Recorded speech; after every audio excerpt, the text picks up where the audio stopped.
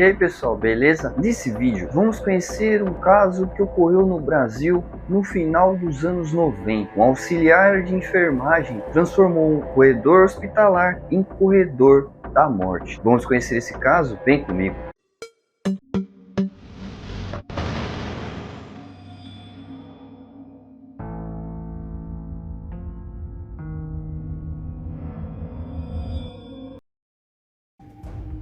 O primeiro escape dele foi em janeiro de 99, quando ele se torna muito próximo de uma bibliotecária que entra com o marido, né? O marido teve uma convulsão, coisa e tal, e entra para o hospital, não é? Hospitais existem para salvar vidas. São lugares onde famílias depositam esperança, onde médicos lutam contra o tempo e onde pacientes vulneráveis acreditam estar seguros. Mas no final dos anos 90, em um hospital público do Rio de Janeiro, a morte caminhava silenciosamente pelos corredores. Ela usava uniforme branco, sorria para pacientes, conversava normalmente com enfermeiros.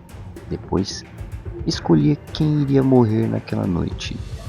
O nome dele era Edson Isidoro Guimarães, um auxiliar de enfermagem acusado de transformar um hospital em um matadouro humano. Para muitos, o maior serial killer da história do Brasil. Final da década de 1990, Rio de Janeiro.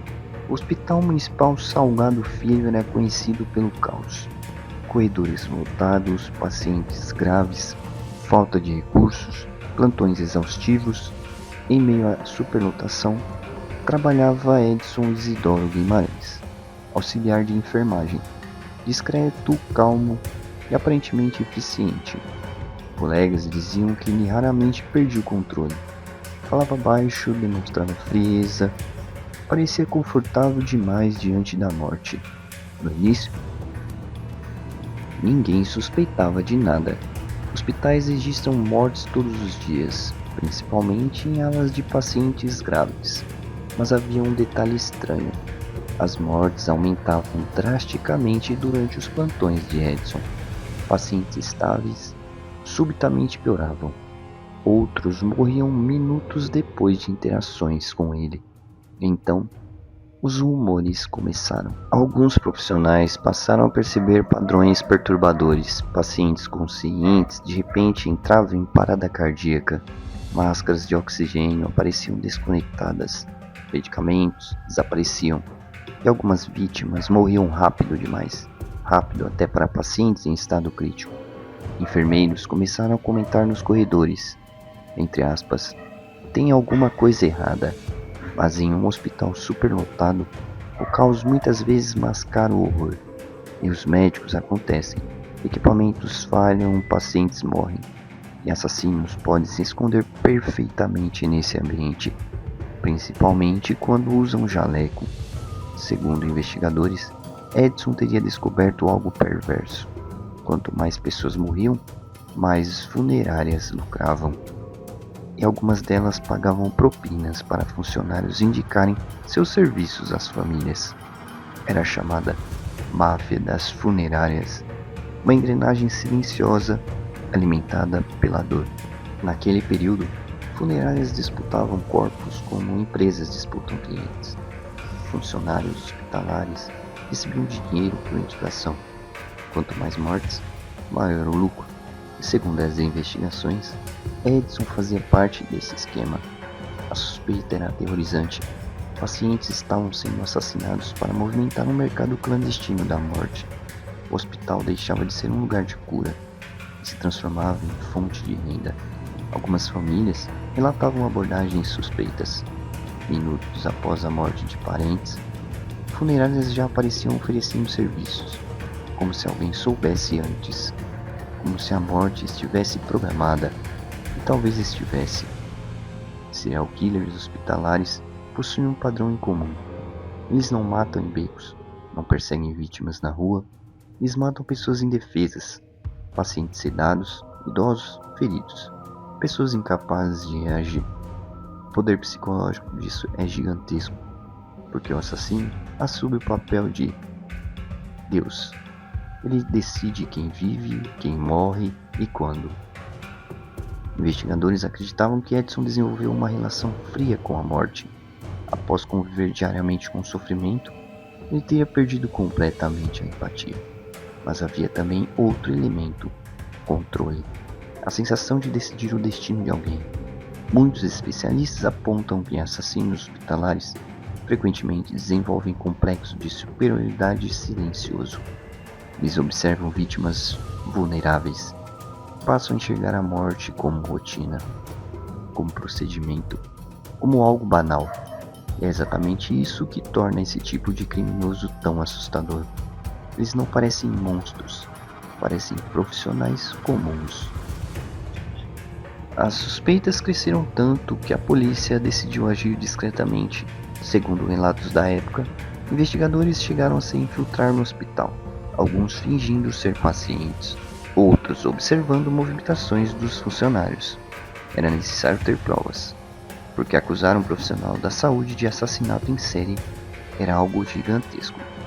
Então, veio o momento decisivo.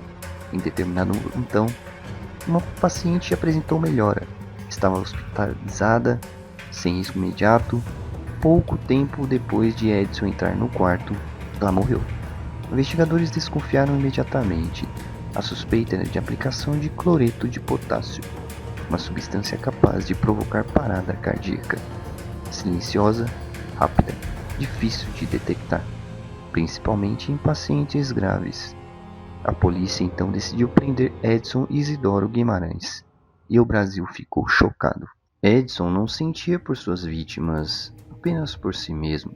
Entre aspas, não me arrependo do que fiz, só me arrependo da situação em que estou agora, disse em uma entrevista. Para não deixar dúvidas sobre sua condição psicopática, matava friamente para obter vantagem financeira, ignorando desejos, sentimentos e direitos alheios. Suas vítimas morreram asfixiadas ou envenenadas com cloreto de potássio. Ele mesmo podia dar a dolorosa notícia aos parentes do morto ao mesmo tempo que indicava uma boa funerária para o enterro. Por cada indicação concretizada, ele recebia uma comissão. Após um plantão, ia embora para passear com seu poodle. Tipos como Edson continuam a existir. Qual o nome do próximo é uma questão de tempo. Edson deu declarações perturbadoras. Em alguns momentos, confessou partes dos crimes. Disse que queria aliviar o sofrimento dos pacientes. Mas investigadores acreditavam que existia algo muito mais sombrio: dinheiro, corrupção, lucro sobre cadáveres. Segundo relatos, ele teria demonstrado frieza impressionante durante interrogatórios, sem emoção, sem culpa aparente, como se estivesse falando sobre algo banal. A imprensa rapidamente transformou o caso em manchete nacional. Entre aspas, anjo da morte, enfermeiro serial killer, hospital da morte. O medo tomou conta da população. Se hospitais não eram seguros, então nenhum lugar era. O caso explodiu nos jornais brasileiros. Programas policiais dedicavam horas ao assunto. Famílias passaram a desconfiar de hospitais. Pacientes tinham medo de dormir internados. O terror psicológico era enorme, porque, diferente de assassinos comuns, Edson atuava em um lugar associado à confiança. Isso destruiu emocionalmente muitas famílias. Algumas começaram a questionar, entre aspas, meu parente realmente morreu naturalmente? Ou foi assassinado? A dúvida virou trauma coletivo. E o pior, talvez nunca fosse possível saber quantas vítimas existiram de verdade. Oficialmente, Edson foi condenado por algumas mortes específicas, mas investigadores acreditavam que o número era muito maior, muito maior. Algumas estimativas falavam em dezenas de vítimas, outras ultrapassavam 100 mortes suspeitas. Se verdadeiro, isso colocaria entre os maiores serial killers da história mundial. Mas provar assassinatos hospitalares é extremamente difícil. Pacientes já estavam fragilizados, muitos corpos foram enterrados rapidamente, exames não eram feitos e evidências desapareciam. A morte perfeita para um assassino, silenciosa, discreta, escondida dentro do caos hospitalar. Existe algo profundamente perturbador em assassinos que trabalham na área da saúde.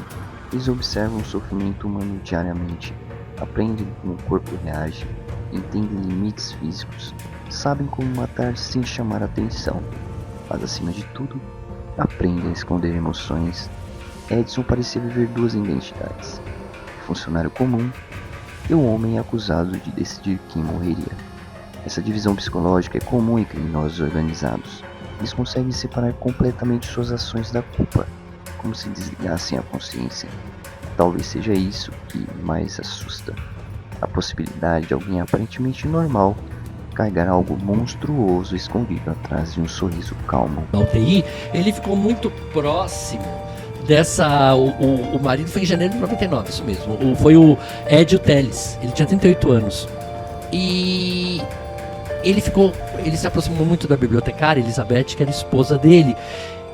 E ele, em algum momento, ele se trai com ela, porque ele relata para ela, não é, que havia essa máfia, essa questão das funerárias agindo dentro dos hospitais. Ele relata para ela isso. O caso Edson Isidoro Guimarães deixou marcas profundas no Brasil. Hospitais passaram a revisar protocolos, esquemas envolvendo funerárias foram investigados, a relação entre lucro e morte entrou em debate nacional. Mas o medo permaneceu, porque casos assim quebram algo fundamental dentro das pessoas: a confiança. Confiar em médicos, em enfermeiros, em hospitais. Em quem deveria proteger vidas? Até hoje, o nome de Edson Guimarães é lembrado como um símbolo de horror hospitalar. O homem acusado de transformar corredores médicos em corredores da morte. Talvez o mais assustador nesse caso não seja apenas o número de vítimas, mas sim o cenário. Pacientes não estavam em ruas perigosas, nem em lugares escuros, eles estavam em camas hospitalares, fragilizados, confiando suas vidas a profissionais de saúde. Enquanto famílias rezavam por recuperação, alguém caminhava pelos corredores decidindo quem jamais voltaria para casa, porque às vezes os monstros não se escondem nas sombras. Eles usam um uniforme, sorriem e esperam silenciosamente ao lado da sua cama.